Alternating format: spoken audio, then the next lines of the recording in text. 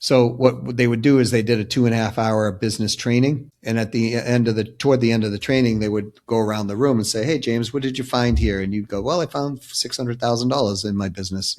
And they go from person to person to person. They were small rooms. They were only like 10 to 20 people. But what they were doing after that, they were literally finding sometimes hundreds of millions of dollars in these trainings, right? You have found Authentic Business Adventures, the business program that brings you the struggle stories and triumphant successes of business owners across the land. Downloadable audio episodes can be found on the podcast link found at drawincustomers.com. We are locally underwritten by the Bank of Sun Prairie, Calls on Call Extraordinary Answering Service, the Bold Business Book, and Live Switch. Today, we're welcoming / preparing to learn from Doug C. Brown of CEO Sales Strategies. So, Doug, how are you doing today? Oh, James, I'm doing great. Thanks for having me here. I'm so grateful. Yeah, it's funny. I just came back from a trade show in Florida. And when you work in a booth, the name of the game is sales. So yeah. I'm excited to talk to you now because maybe I should have talked to you last week before I went to this thing. Let's just lay the foundation. What is CEO Sales Strategies? So the company itself is a company that does primarily 4 things. Number one, we help companies find hidden revenue that they already paid for, but they haven't collected in their bank. And I don't mean, outstanding invoices. I mean, in the whole customer journey, there are places where revenue just stagnated, stopped, not optimized. Could be, something as simple as pricing, dormant clients, lack of follow-up, something like that, where we get in there, we find what that revenue is, and we go, identify it and then help collect it and put that money in the bank for the folks. We also do that with margins, EBITDA, so profit, if you will, in some capacities. We manage or build, teams of sales people as well for companies. And then we end up coaching CEOs and founder-led businesses on how to do all of the above. All right. And how do you get involved in something like this? I imagine you're not born with sales strategies for CEOs. No.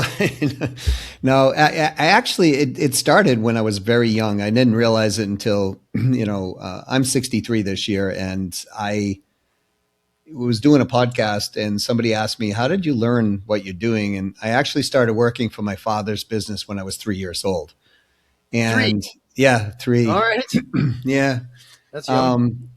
I was sweeping floors for 25 cents a week. I loved it because they used to bring me to the lunches, so we'd go to like the local, pub and grub, if you will, or whatever. They'd prop me up on the bar stool, give me my Roy Rogers, and they'd sit and have business conversations. I hear my mother wasn't too pleased they took me to the bars, but you learn in all kinds of places, so it's all good. So, a lot of that stuff when we're with children, it sets in. Like you hear CEOs and business owners talking, and so along the path, we started selling at 5 or 6 to clients, but it was a family-owned business, so the family helped me. And one day I sold a part for $20 and we paid $10 for it. And I realized I was making 25 cents a week at that point, which was still pretty good for that time. But I had to work a whole week for $10 and I just did this in like 6 minutes, right? So what I realized is you can make money by looking at ratios and numbers. And that's where it kind of started. So even in my dad's business, when I was a young boy, 10 years old, I'm looking at his inventory and trying to figure out, because, when you have inventory at the end of the year, you got to pay taxes on it. And so I was looking at like, how do we widen out the margins in the company? And I always had my own businesses growing up since 13. I always worked with my dad until I was up to about 19 before I went into the military. And so I was kind of doing this with all these businesses back then. And that's how it sort of started. I didn't realize it. But then as I got into larger businesses, tens of millions and hundreds of millions, I realized that they had the same challenges that businesses in the hundreds of thousands or the millions or multi-millions still have, just on a different level. But when you look at the math and metrics in all of this, you can find all these great stories that tell you the story of where you're supposed to be going. Once you figure that out, then you just optimize the point. So it's, I guess, I don't know if I was born with this or it just kind of, you know, it certainly the skill grew over time, but I enjoy doing it because to me it's like a treasure hunt. Sure, fair. It sounds like you were sent on that trajectory with your dad's business. What type Yeah, of business did your dad have? he had an electric machinery repair company, so industrial machinery, and it was sales and service, and so I was constantly around all kinds of different businesses from manufacturing to, I mean, you name it, pretty much. We were around anything that had like even in an office building, they had a commercial fan or something. We would work on that. So it was a great, wonderful part of my life that, I loved doing it. And sometimes when you're a little kid, you don't realize some of the things that shape you as you get older. But as I start to look back on things, even my dad ended up in the hospital one time. He had a heart attack, and I was 17 years old, and I had to run the company for a little while. Ooh, And that was a super learning experience. But I got at certain levels of the books I never got at before, so I was able to kind of look at it. So when he came back, I was like, Dad, I think we should do this and this and that.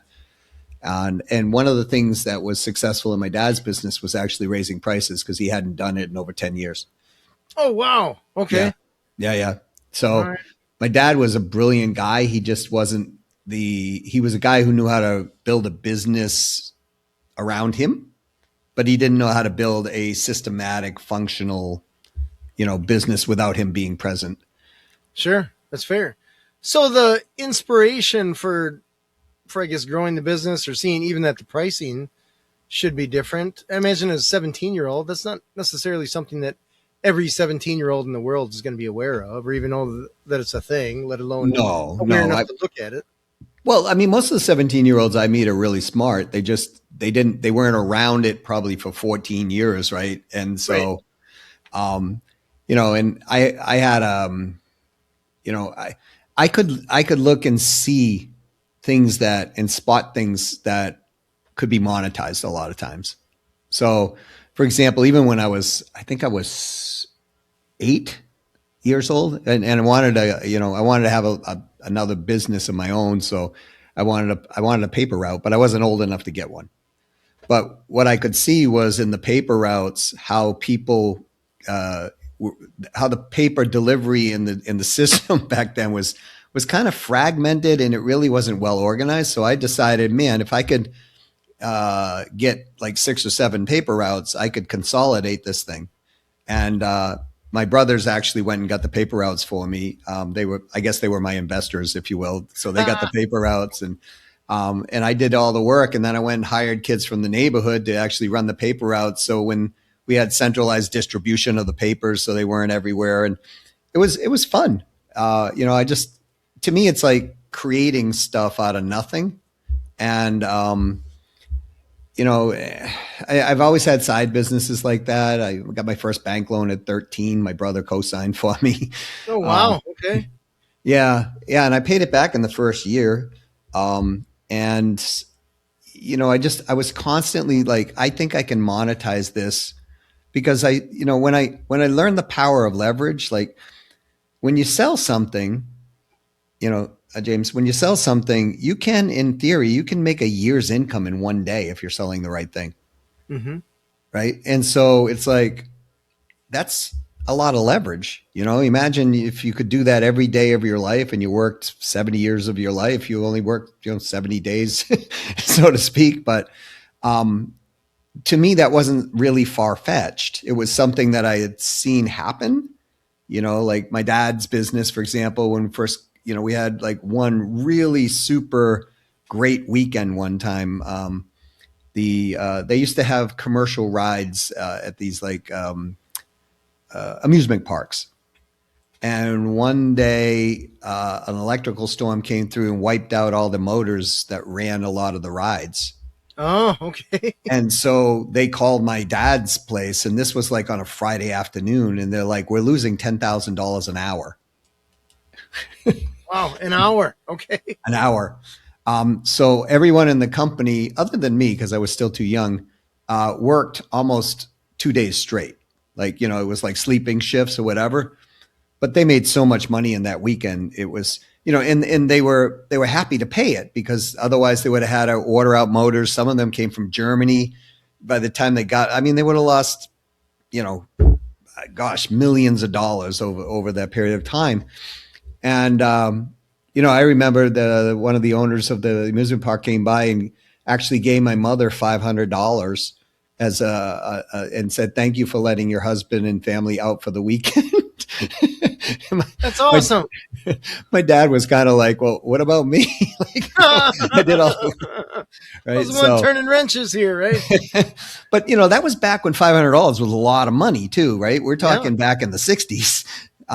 So I bought my first automobile in for $250.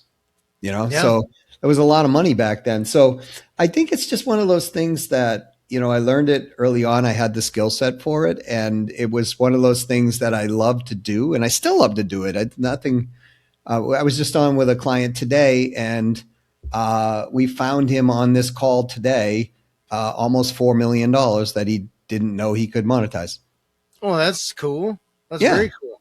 And so, what's that the difference? Well, he's trying to do an initiative in the company. So now if we get him the $4 million, or even if we got him $3 million, he could take $2 million of that, throw it toward his initiative, and he's still up $1 million.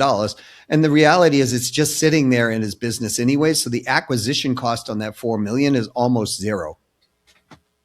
He'll have to pay sales commissions that he normally pays, but it's other than that, he's already paid for the marketing, already paid for the, everything that's already moved through the system. It's just sitting there waiting to be captured.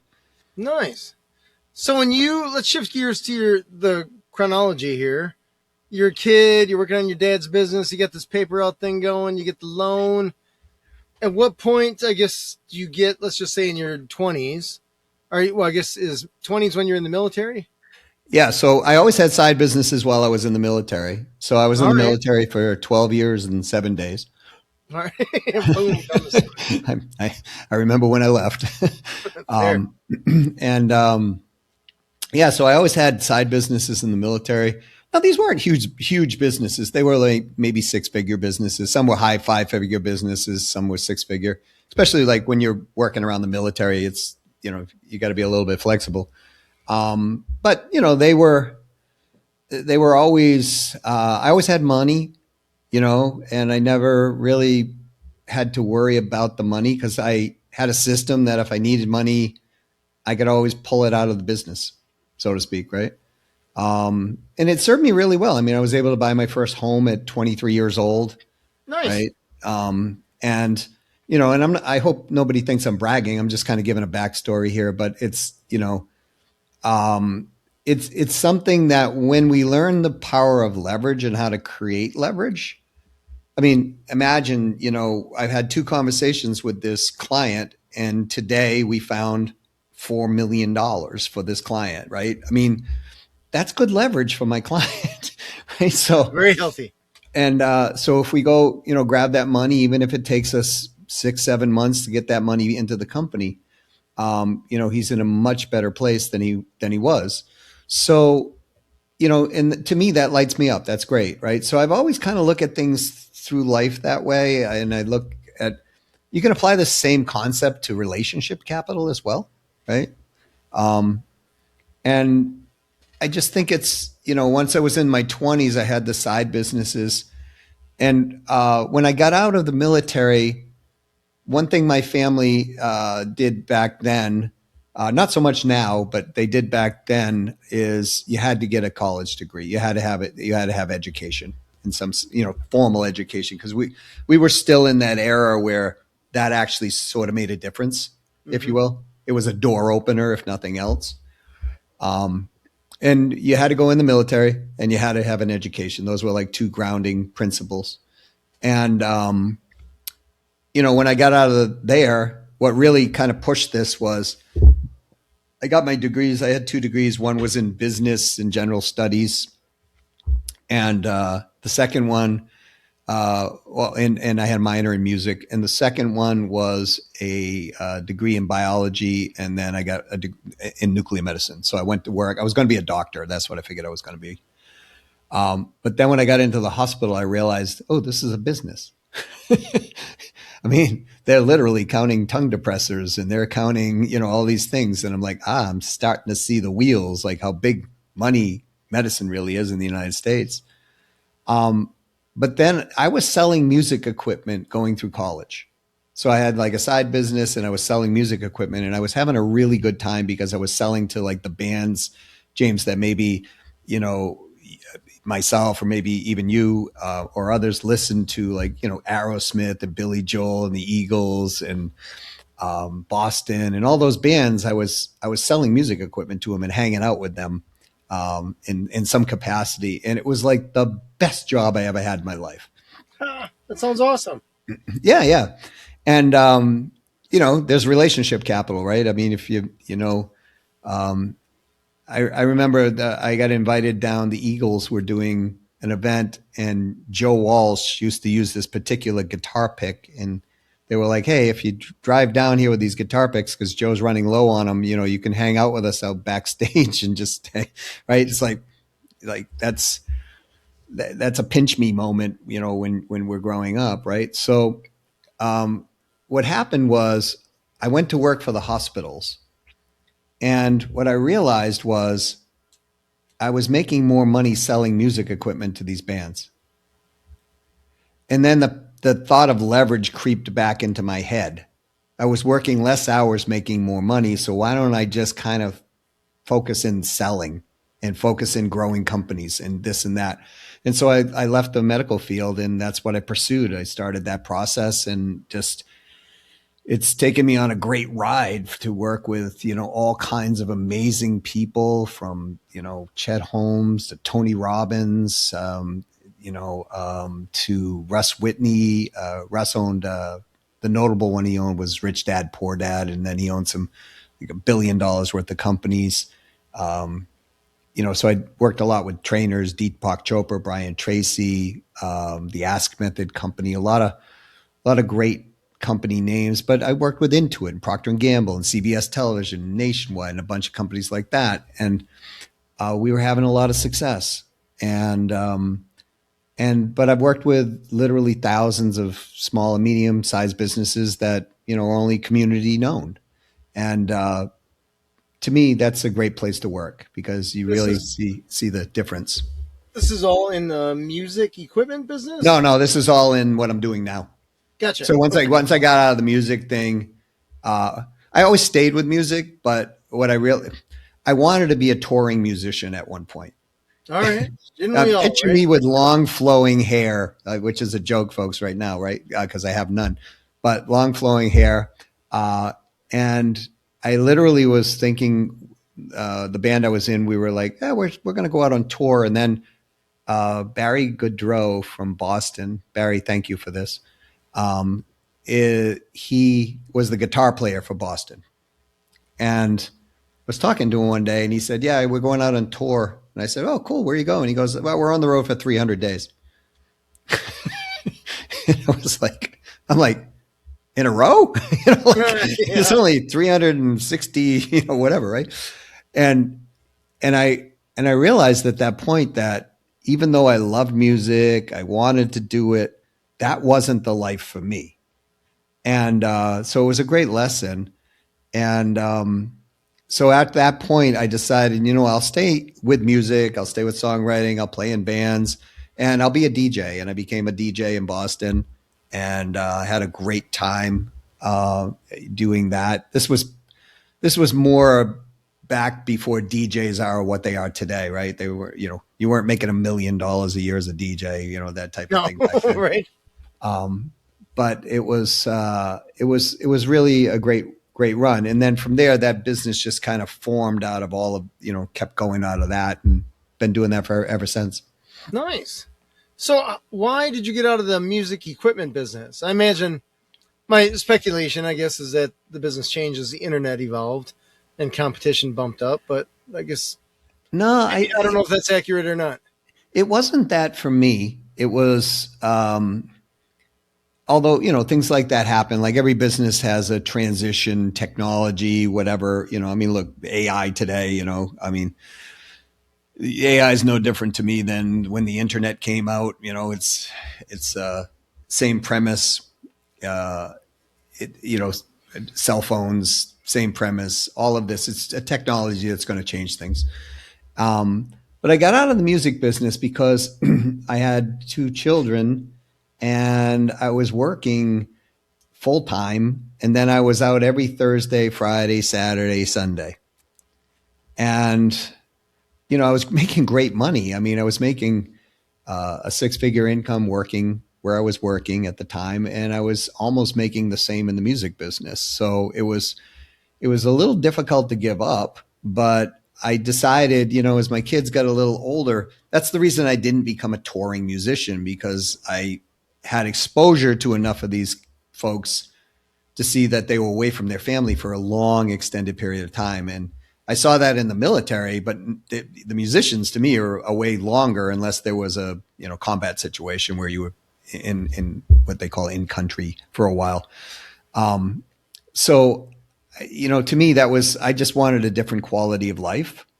Uh, Sometimes I look back on it and I go, geez, maybe I would have been on the radio or would have been here or whatever. But, um, we all choose our paths. And I think I've affected a lot of people in a very positive way in what I've been doing. So, um, I guess that's my way of giving back to the world too.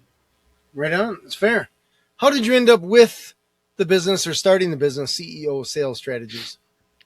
Uh, so it always had some origins through life, no matter what I was doing. So I've had like, I think we're done 37 companies at this point. Um, and I've always kept some part of this business alive through all of those other businesses. And it's just because I like it. People were always there. Someone always needs help in their business, James. It's like including myself, right? I can't see everything. I'm inside the vehicle driving. I can't see that there's a chip of paint on the back of my car that somebody clipped me in the in the parking lot that I didn't realize, right? Or whatever. Or I've got a flat tire happening. And sometimes you just don't see those things. So we all need this outside influence that has a fresh set of eyes that can look at it.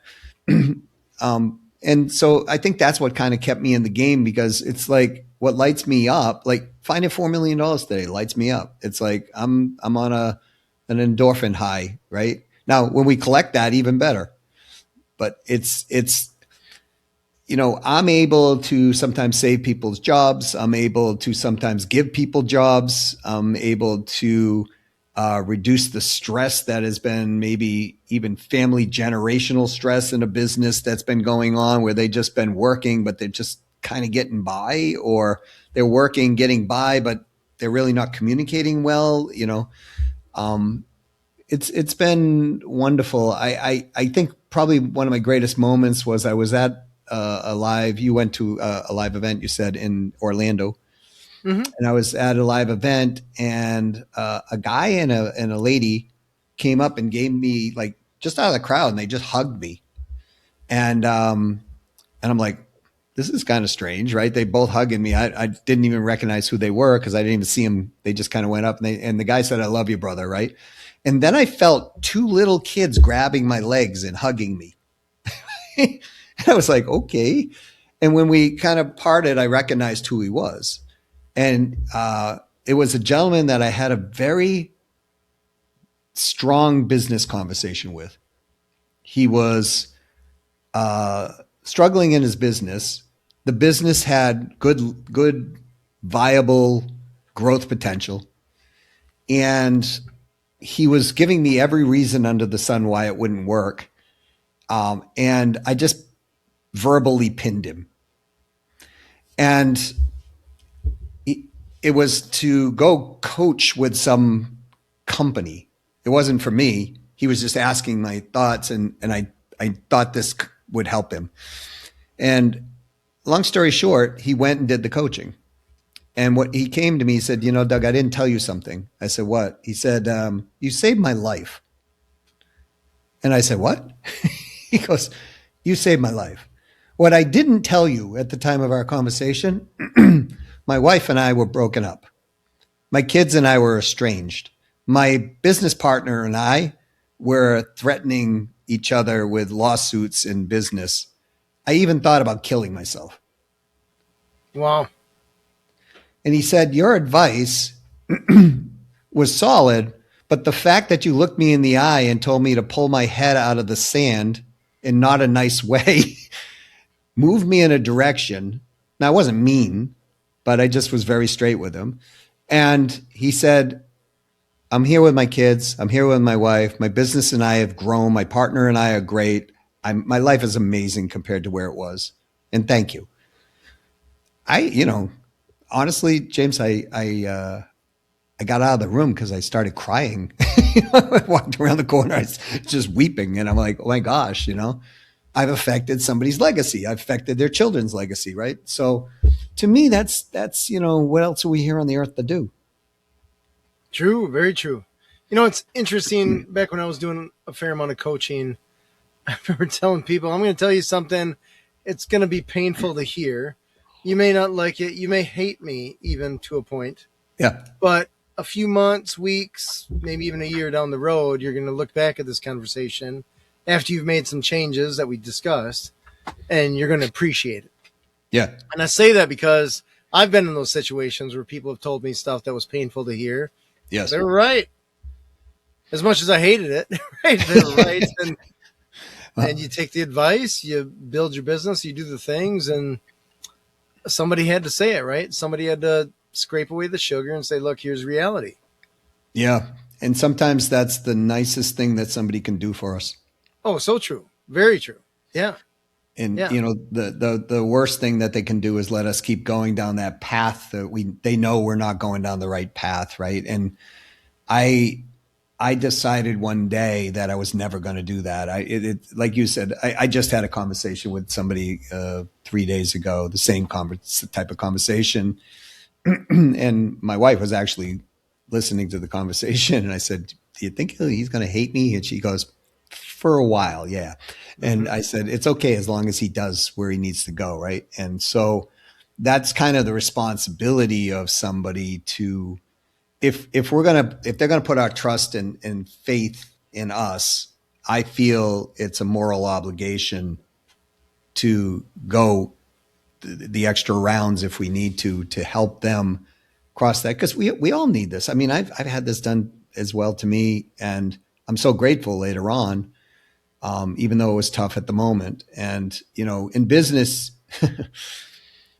somebody asked me this question the other day. They asked, they said, well, how many successes have you had? And I said, well, I've had, I think this, and this. And they said, well, how many failures you have had? And I said, well, how much time do we have on this podcast? Yeah, right. Because the failures way outweigh the wins. It's just that the wins monetarily have outwon the losses, if you will. Yeah. You only have to be right once, right?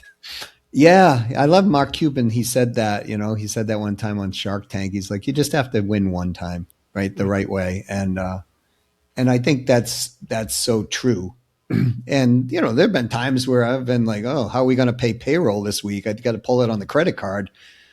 And, then there've been times it's like, oh, payroll, who cares? We got that covered for a year, So it's like, I find business fascinating.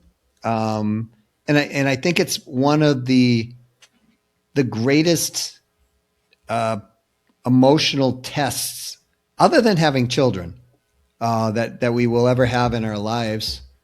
Even including the military for me, that was like, okay, that wasn't fun sometimes, but business has challenged me a lot more. Fair. Yeah. Business can be extremely challenging.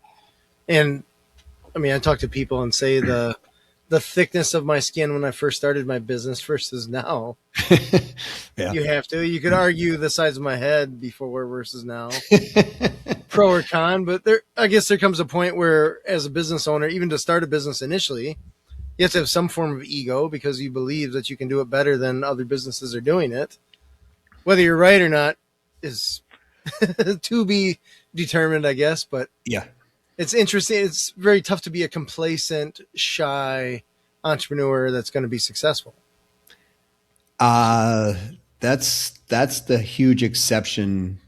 Yeah, that's like the thing about most people in business is they're not getting out in the public square enough. Mm-hmm. They don't want the exposure, but they want the money. Yeah. You know, it's And interesting. I'll tell you a really quick anecdotal story.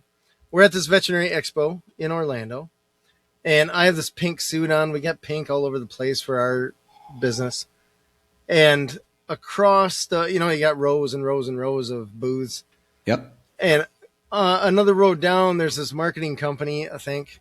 And they got these guys kind of in these Amazon pseudo, I don't know, they're sparkly rainbow suits, whatever, but they got jeans and beat up shoes. And they look kind of like, hey, we're doing this, just kind of stand out, but it's kind of half ass. And I was looking at the booth that we got going on, and it's just pat myself on the back, right? And I'm like, but we're not a marketing company. We're offering phone answering services. I'm not trying to sell people on us being the go-to for how they should market their business. I'm the ones selling them on what to do when their marketing actually works. And it was interesting. I'm like, man, if I was looking for a marketing company, would I go to the place that's not doing a great job with their booth, or would you find some other booth in the marketing world that's, I don't know, looks more dialed in, I guess, as far as that goes? It's just interesting to see yeah. the different booths and all the what they're doing to sell their whatever it is that they're selling.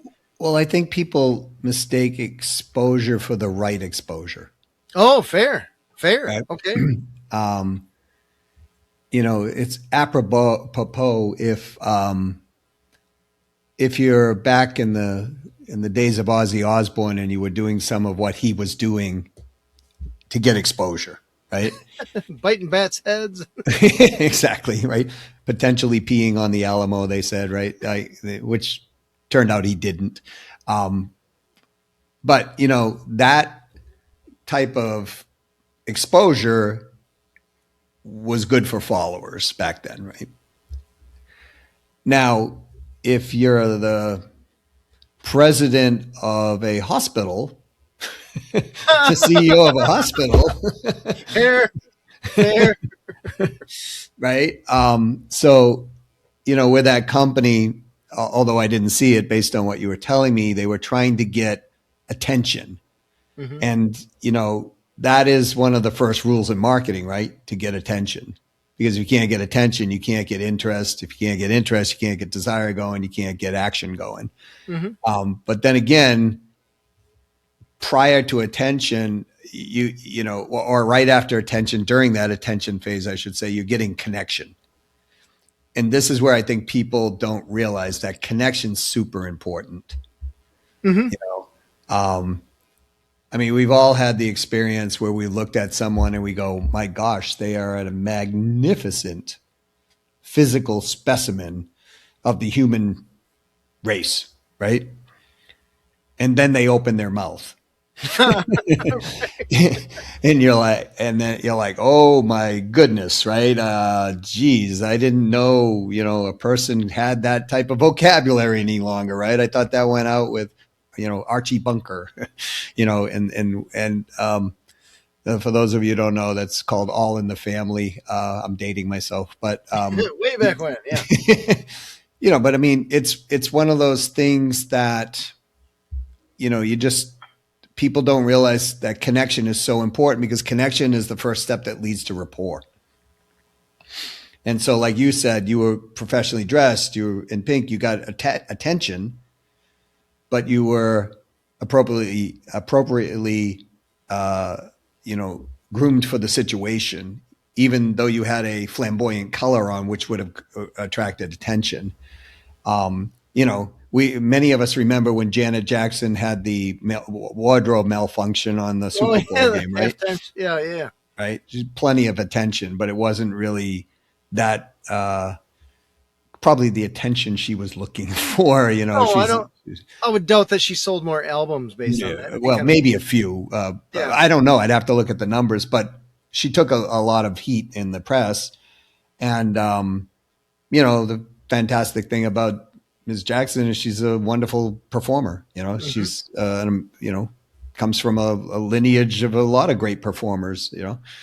And so when we were looking for attention, to get that attention, it's what kind of attention are we getting in the connection that I want people to really take out of this conversation? Because if they don't, shock value doesn't always work in their favor. And in particular, we have to look at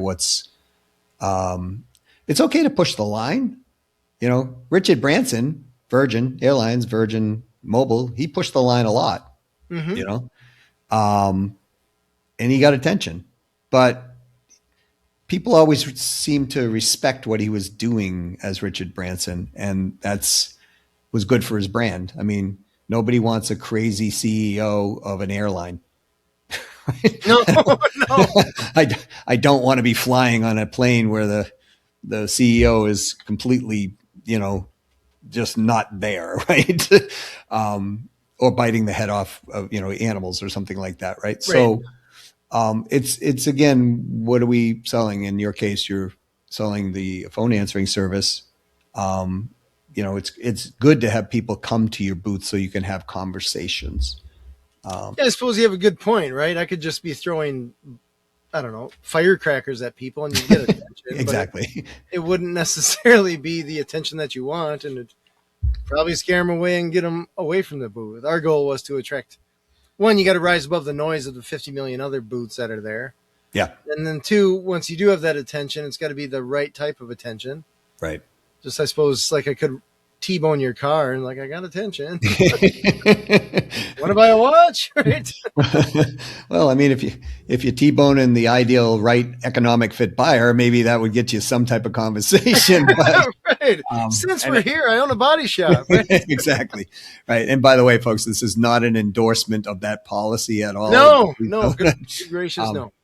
but I mean, the first thing is in all of this is figuring out who is the ideal right fit buyer, right? Because Hmm. most people, this is where I see a lot of people leaving a ton of money uh, on the table, if you will, because they're spending a lot of time talking to people who aren't the ideal right fit buyer, and if they don't understand who the ideal right fit buyer is, their messaging is usually off to the ideal right fit buyer. And so that's money, excuse me, that's just leaking out. It's just revenue leakage at that point.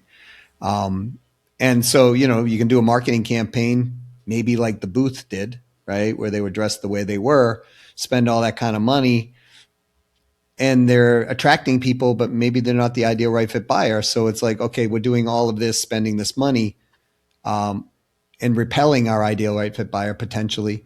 So once you get that very clear, business becomes a lot easier. I have learned that one the hard way. I've spent way more money making mistakes in that avenue until I woke up one day and went, maybe I shouldn't create this whole thing until I sell it first, right? To find out who's going to buy it, um, especially with software, like because you build a lot of money into software. I've done that, and find out that people love it, but they don't love all of it. They only love this small part of it, and I could have spent 1/5 of the software, Oh right? no. That type of thing. So again, that's a core tenet. And even when I work with companies today, no matter who they are, we look at that because I worked with Intuit. Some people know them as the QuickBooks people, right? Yeah, Um, QuickBooks and tax. yeah, tax and Rocket Mortgage and all Okay. Yep. that Yeah. type of thing, Decent right? sized company. Yeah, yeah, and I'm not under non-disclosure with them, so I can say this. But they had a division that they were losing $10 million a year on. There was $100 million division, and myself and team members, we worked on this, and we got them from a $10 million loss to a $7 million gain on that division in 1 year. Wow. And their number one challenge was messaging. And Messaging, external messaging. so they were selling checks. This division was selling checks, and they were they're QuickBooks. I mean, it's like what a brand name. I mean, you're into it. Yeah, I mean, right. You have right? ninety So percent of the market share. Exactly. And so people were calling in and they wanted to buy checks. And at that time, they were quoting them check prices, and people were like, you could hear the heart stop on the other end because the check prices were highly elevated. And they're like, well, we're into it. QuickBooks. We give you premium quality checks. But the thing is that there were other companies like Vistaprint and others online that were doing these checks for like 30-40% less. Mm-hmm. So the customer couldn't see any differentiation between the two Right. because It's their commoditized messaging at that was point. not. What was Yeah. that? Sorry, James. It's commoditized at that point, Yeah, right? yeah, they were commoditized, and we get commoditized when somebody can't see value perception that means something to them. Because the confused mind, it's a fear state. Confusion's really a fear state. And a confused mind will go, I'm in fear. So what are we going to revert to? The most common denominator we know, convenience or price. Mm-hmm. And so they were not selling as many checks as they want. So we then did a bunch of look-see through what was going on, and we talked to the customers and asked them straightforward, why didn't you buy? They said price. And we said, well, what do you care about? And they told us a bunch of lists of things they cared about. And then we did some research. And we found that well over 60% of companies were getting hit with check fraud at that point. Wow. And the average check fraud was costing between 25,000 to 200 grand for companies. That's not nothing. No, so we changed the conversation. Instead of going in like, hey, how many checks do you want? It was like, geez, James, you aware companies your size that like 64% of them are subjected to check fraud at one point in their business? That was the conversation we were having. And then you would say something like, wow, I didn't expect it to be that high. Yes, sir. And the average is costing around 75, whatever the number was at that point. And we did something here to protect you on that. We built in this coding system into our checks, and we back it up with insurance, and So we protect you against check fraud. And what we were hearing is like every maybe sixth call or whatever, somebody was saying something like, that happened to my hardware store down the street, or that happened to my attorney, or whatever, right? Or my sister-in-law had this happen to her, and well, how stressful was it? It was crazy, and so, because think about identity theft. Like, it's not, sometimes you can lose in identity theft, but the worst part is trying to get your whole stuff straightened out again, right? That type of thing. That's why companies like LifeLock and others have come along and done quite well.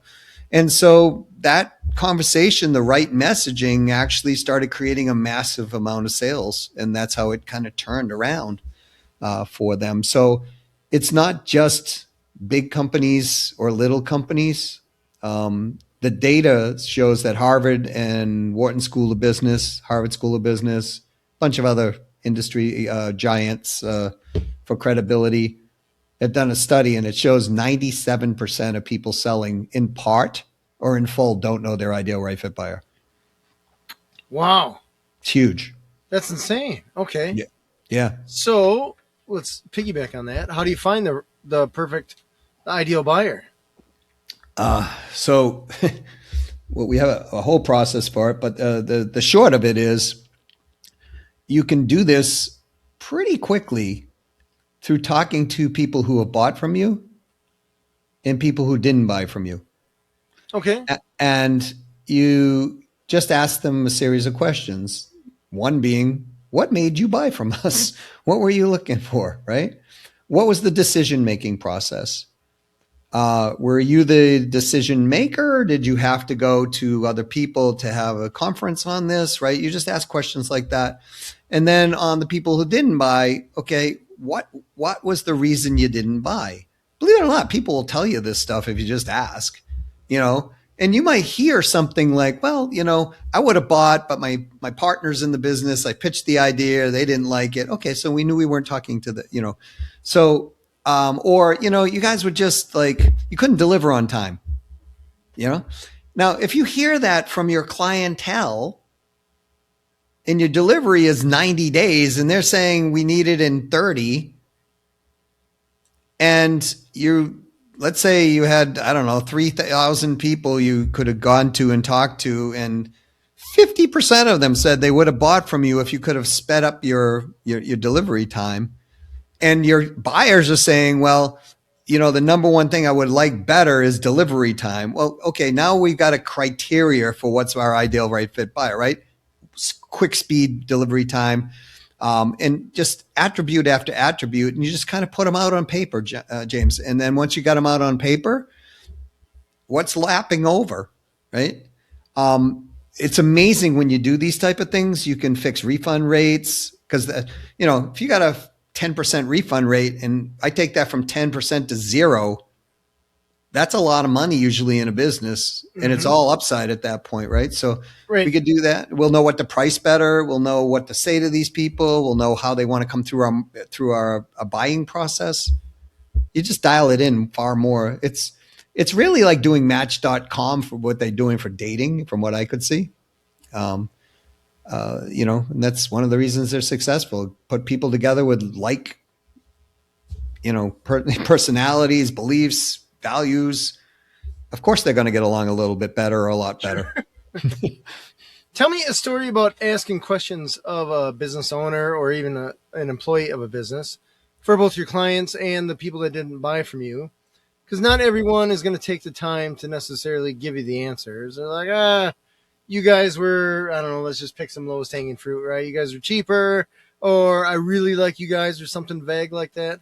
How do you, I guess, what is some wording that you use or some secret sauce in order to actually get them to take the 5 minutes of your life or their life that you're hoping that they take? Yeah, believe it or not, that one's, a lot of people think that people won't give them the time, but the approach is the right way, right? We can wear pink and get people to our booth and have decent conversations, or we can be in garb that is repelling people, and right. So it's the same way. I mean, so if I called up and let's say that you were a previous client who didn't buy, and I say, hey, James, this is me from our company. Now you've got to get right into it. You can't be like, how you doing today, James? Him and Haw tap dance around. Yeah. So it's like, James, straight out, I'm looking for your help. Okay. That is a pattern break usually for people. Because if I said, James, I'm looking for your help, what would you naturally say back to me normally? Sure. What kind of help you need? Yeah. Right. So now I'm getting permission from you to deliver my message. And I'd say, James, we weren't able to do business before, and I respect the fact that you didn't do business, but I was looking at your business, and you're the type of company that I think is an ideal fit buyer, ideal client for us. But we screwed up somehow, and I'm not really sure. So I'm doing some marketing research, and I was wondering, could I just ask you 3 quick questions that take less than 4 minutes tops? And I do mean less than 4 minutes tops. And maybe you could help me to kind of identify where we went wrong. I won't pitch you. I won't try to sell you anything. I'm just purely asking for your help. Right on. Right on. Most and people usually I would suppose they're like, sure, 4 minutes, go. Timer. Yeah. Right? Yeah. And then you just ask you 3 questions. And then at the end, you're like, okay, well, geez, James, we're here at a minute and, minute 25 or whatever. Do you have any questions for me? And, did I miss anything that you wish I had heard? Right. And you'd be shocked that more than half of the people will actually give you their time. Right if we ask the right way. And as far that's perfect segue here. So the questions that you're asking, are they specific to that potential used to be client, or are they more vague, like why didn't you buy from us kind of thing? Well, I'll give you an example. I did this I had a telecommunications auditing and consulting company. And this was the offer. We'll come in, not change your phone carrier, and we'll reduce your phone bill on average by 24.5%. You don't have to pay us anything. We just take a percentage of the savings. Not a bad deal. No, not at all. 1 in 5 were taking it. 1 in 5. Okay, they thought it was too good to be true. I was crazy. I was like, what do you mean 1 in 5 are taking? Like, we do all Free this money. work. We hand you $200,000 that you were already spending, and we ask for a percentage of it, right? And so even if I asked for 50%, I just gave you $100,000. You didn't even have to do anything. So I was like, was it too good to be true? Whatever, right? And so I called upon people that bought, and I asked them why. And those are easier because they know you. And then I called upon the people who didn't buy from us. And I said, geez, same thing I just said to you. Look, I respect you as a business owner. I'm not trying to pitch you. I'm really looking for some help. I think you could help me. I'm off target somehow, and I think you could answer these questions. Would you mind taking a few minutes, like literally? And can I ask you some questions? And they said, yeah. And I asked that question. I said, look, you saw the offer. You didn't buy. Like, there's no money out. I'm a little lost, right? Could you please tell me why? And if it's like me or whatever, that's okay too. Just please tell me why, right? And they would start to give me information, and I would track it. And back then, all we had was Excel spreadsheets, so I would keep it in an Excel spreadsheet, right? And so here's what happened. So I'd ask that first question. Then I asked, is there another reason behind this? And then when they said something, like the first thing they said to me was, over and over and over, it kept coming up, Doug, your offer is really strong, but we are afraid that if you make any changes to our telecommunication services, we've done that in the past and it's knocked us out of service. And we've been down for like 2 or 3 days. So we would never recover the savings. We'd lose more. And that kept coming up. So then I'd say, well, I told you 3 minutes, 4 minutes. I've only, I've taken 2. Could I ask what was the process that happened? And I would just ask questions, and they would say, da, da, da. And I'd say, okay, we're at 3 minutes. Can I have another 60 seconds? And they'd say, sure. And then I'd say, blah, blah, blah. And then I'd make sure around 3:40 that I would say to you, James, thank you. I've got 20 seconds. I want to wish you the best day you've ever had. I really appreciate you doing this. So here's what happened. We went back and we then took all those answers, and then we called upon clients that we didn't know whether we were going to buy or not, prospects. And we asked them, hey, if we had this, this, and this, and we were pitching you, what would you think? Our close rate went from 20% to 71%. Ooh, nice. Because what we did is change the order. We said, hey, we can lower your phone bill. However, we can do it because we have a process that guarantees we won't knock you out of business 99.7% of the time. We will spend only 15 minutes of your time. We will only ask you for 15 minutes of your time. We will do everything. You will have complete transparency through the process. And before we even make the changes, we're going to get together. That's part of the 15 minutes, show you exactly, and we're going to get your permission to move forward. 71% of the time. Bang. That's awesome. Right? That is incredible. It does, this isn't like earth-shattering news. Maybe it is to some people, but the reality is it's just about connecting with another human being and being human. And some people are going to say, no, I don't have the time.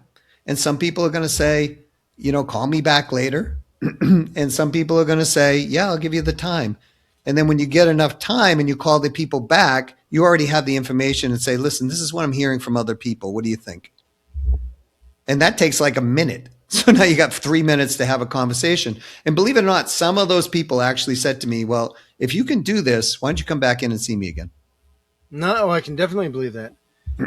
It's interesting when you have a conversation with people with their permission, where it's almost like you're meeting at a bar or breaking bread with them or something, right, or something more casual than, I guess some people treat it as a us versus them, or sometimes militant, I don't want to be sold kind of thing. They put up the brick wall. Or something that's more casual, like, I understand you weren't going to buy, you're not going to buy, great. I just want to get a little bit of information from business owner to business owner. Super cool. You take down those barriers of, it doesn't have to be a yes or no. We're just chatting just like we're at the cafe. Yeah. It makes it much more human. Yeah, that's what we're doing here on the podcast, right? I mean, it's like That's the authentic part. Yeah. so it's in, if the reason I think people don't do that is because they always are positioning.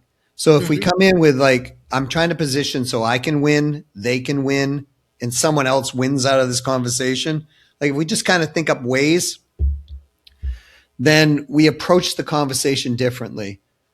Like, when I talk with a high level CEO or founder led company or whatever, in my being now, I've trained myself to not get salesy, All right.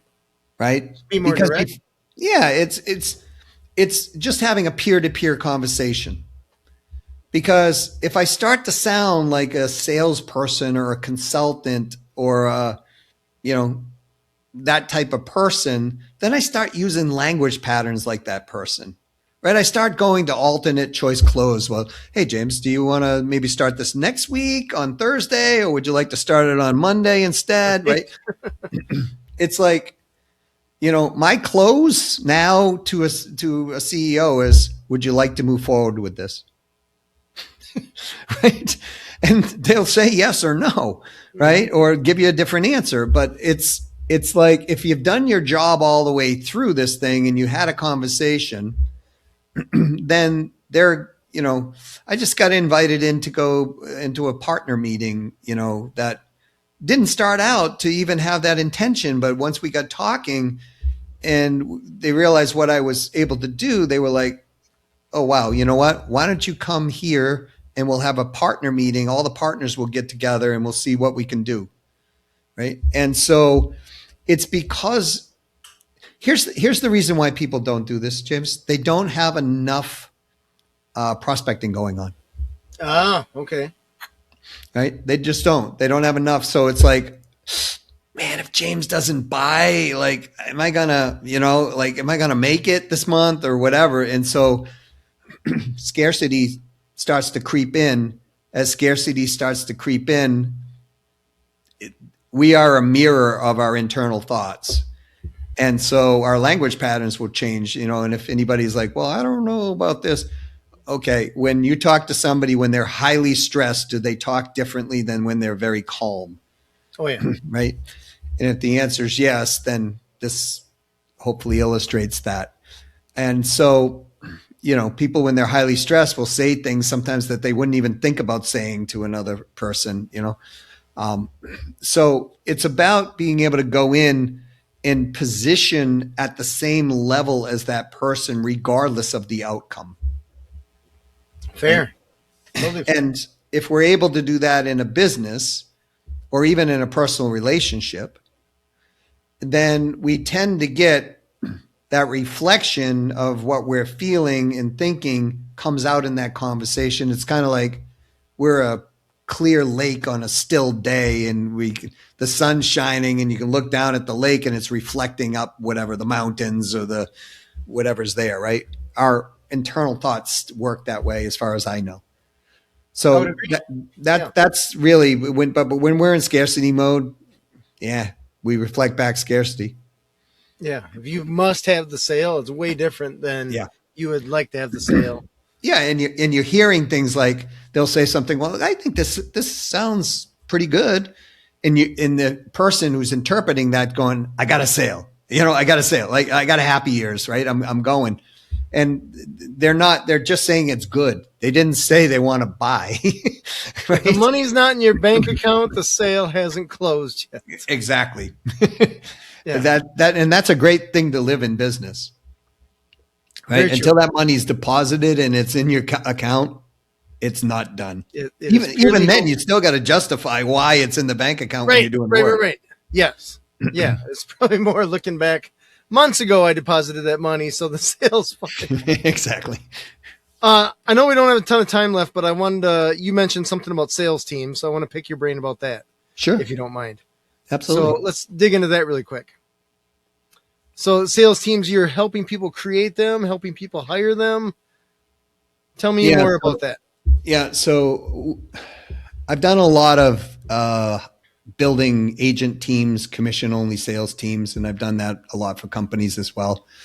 And so, we have a process that is highly predictable that this person's going to work out or they're not. We've just dialed it in over the years. Like when I was one of the privileges I've had in life was I was an independent president of sales and training for a company that Chet Holmes owned.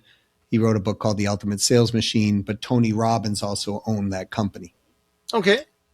So for 7 years, I got to be that person who was basically number one or number two running the company, right? And we had something Chet used to call hiring superstars, and he had a process for it. And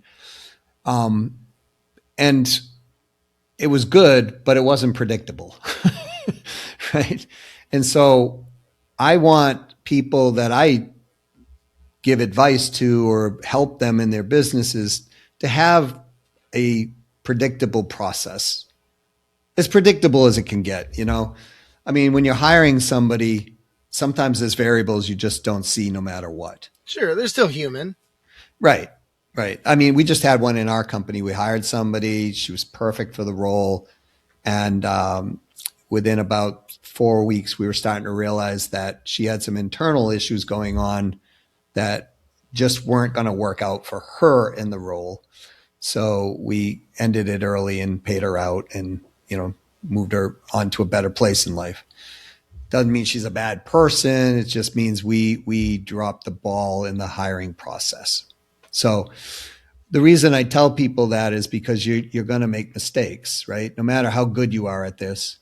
I remember Chet used to work for a man named Charlie Munger. People may not know who Charlie is, but he's Warren Buffett's partner. And I remember Chet telling me a story once that Charlie said to him, he said, Chet, if you get hiring right half the time, you're ahead of the curve.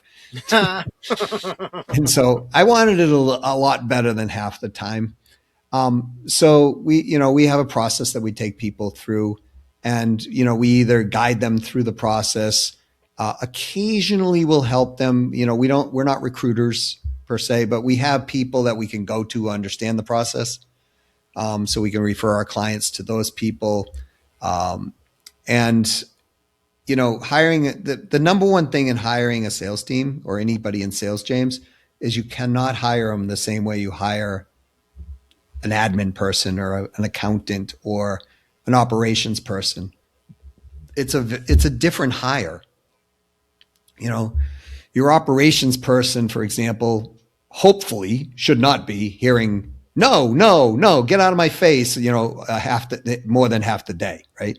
So there's a high amount of rejection in selling, and we've got to test what they're made of before you actually even put them in play.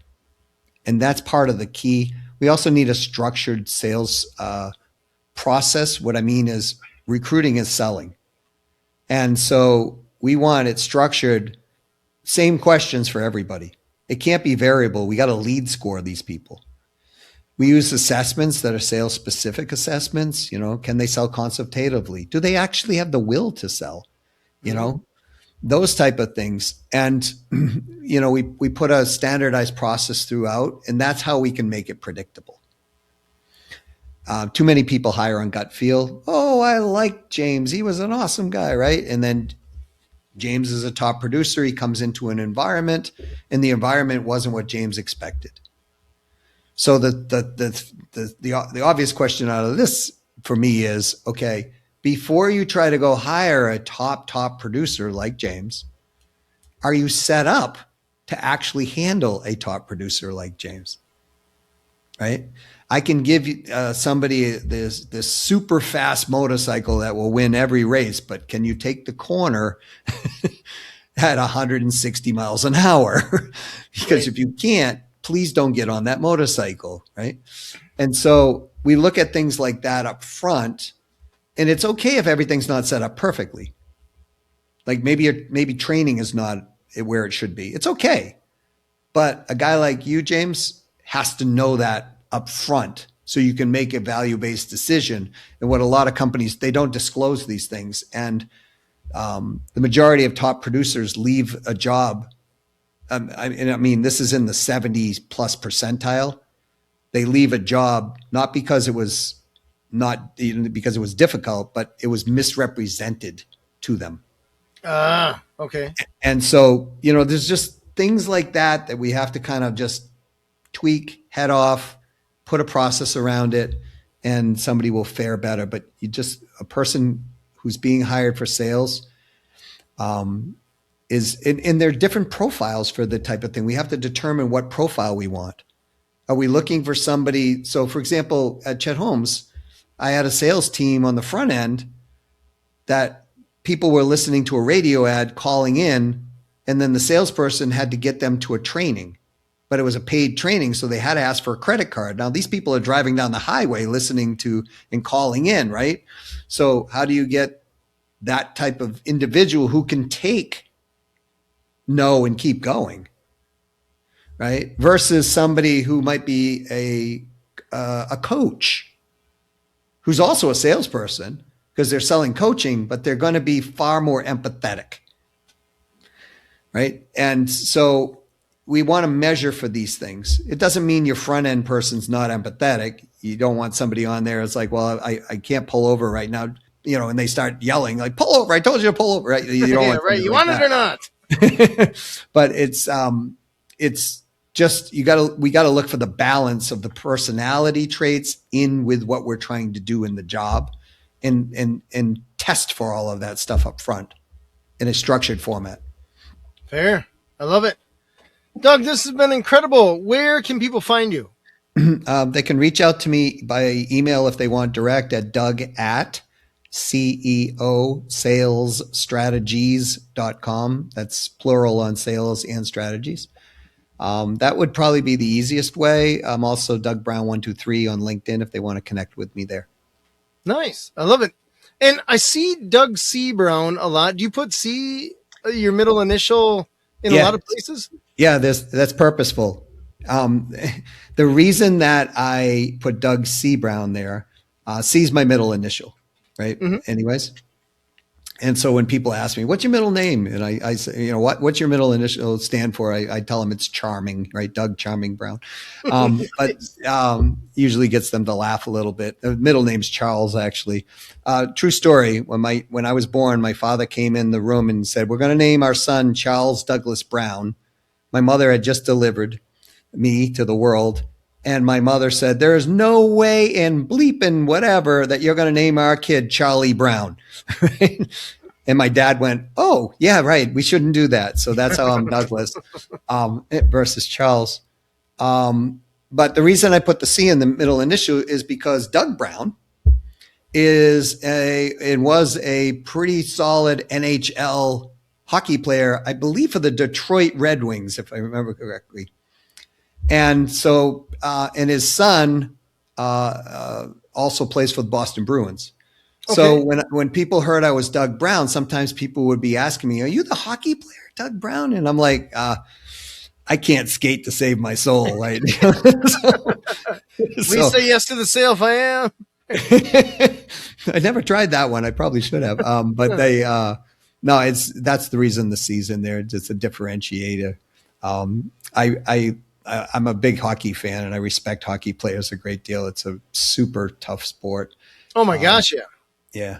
And, probably, if not one of the best conditioned athletes on the planet, they have to be. And absolutely. Yeah. I'm just at awe all the time. I just started playing broom ball, and that's on ice, but with shoes, not let alone skating. And I mean, I love watching hockey. It's great. But you have new respect for him when you actually get out on the ice and see how hard a work it is just with shoes on, let alone ice skates and skating backwards and getting checked into the boards. Oh goodness. Yeah. It's crazy. The intensity of the game. I actually played some semi-professional. I love hockey, but I couldn't skate. I tried goalie. I just couldn't do it. But then I transitioned over what we call soccer, right? European football. And I actually was able to play in some of the semi-professional leagues in that sport. And, it's it's similar rules, but it's a very different sport. So, but Yeah. I love hockey. I go to the games and root on the Bruins. That's my primary team. But yeah, it's just I don't know. I'm addicted to it, and I can't even tell you why, honestly, James. But I just know I am. Like, just No, I get it. It's I look at because there's constant movement.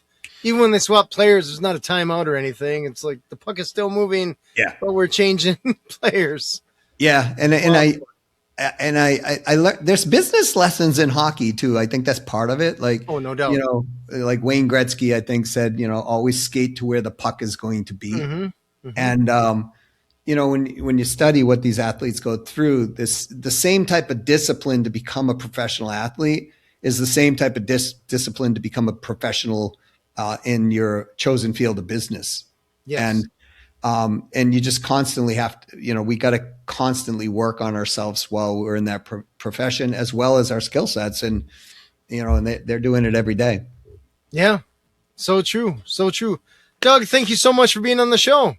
You're welcome, James. Thanks so much for having me. I'm so grateful I got an opportunity to have this conversation with you. Yeah, I love it. This has been Authentic Business Adventures, the business program that brings you the struggle stories and triumphant successes of business owners across the land. My name is James Cademan, and Authentic Business Adventures brought to you by Calls on Call, offering call answering and receptionist services for service businesses across the country, on the web at callsoncall.com. And of course, the Bold Business Book, a book for the entrepreneur in all of us, available wherever fine books are sold. And if you're listening or watching this on the web, if you could do us a huge favor, give us a big old thumbs up, subscribe, and of course, share it with your entrepreneurial friends, especially those friends that may be leaving some money on the table, which I think if they're an entrepreneur, it's safe to say that's almost all of us, right? It is. All of us. We'd like to thank you, our wonderful listeners, as well as our guest, Doug C. Brown of CEO Sales Strategies. Doug, can you tell us how people can get a hold of you one more time? Sure. They can reach out to me at doug@ceosalesstrategies. That's .com. That's my email, or DougBrown123 is my LinkedIn. Just if you Google me and type Doug C. Brown revenue growth, I'll be everywhere. I promise. Oh, that's awesome. I love it. Past episodes can be found morning, noon, and night at the podcast link found at drawincustomers.com. Thank you for joining us. We will see you next week. I want you to stay awesome. And if you do nothing else, enjoy your business.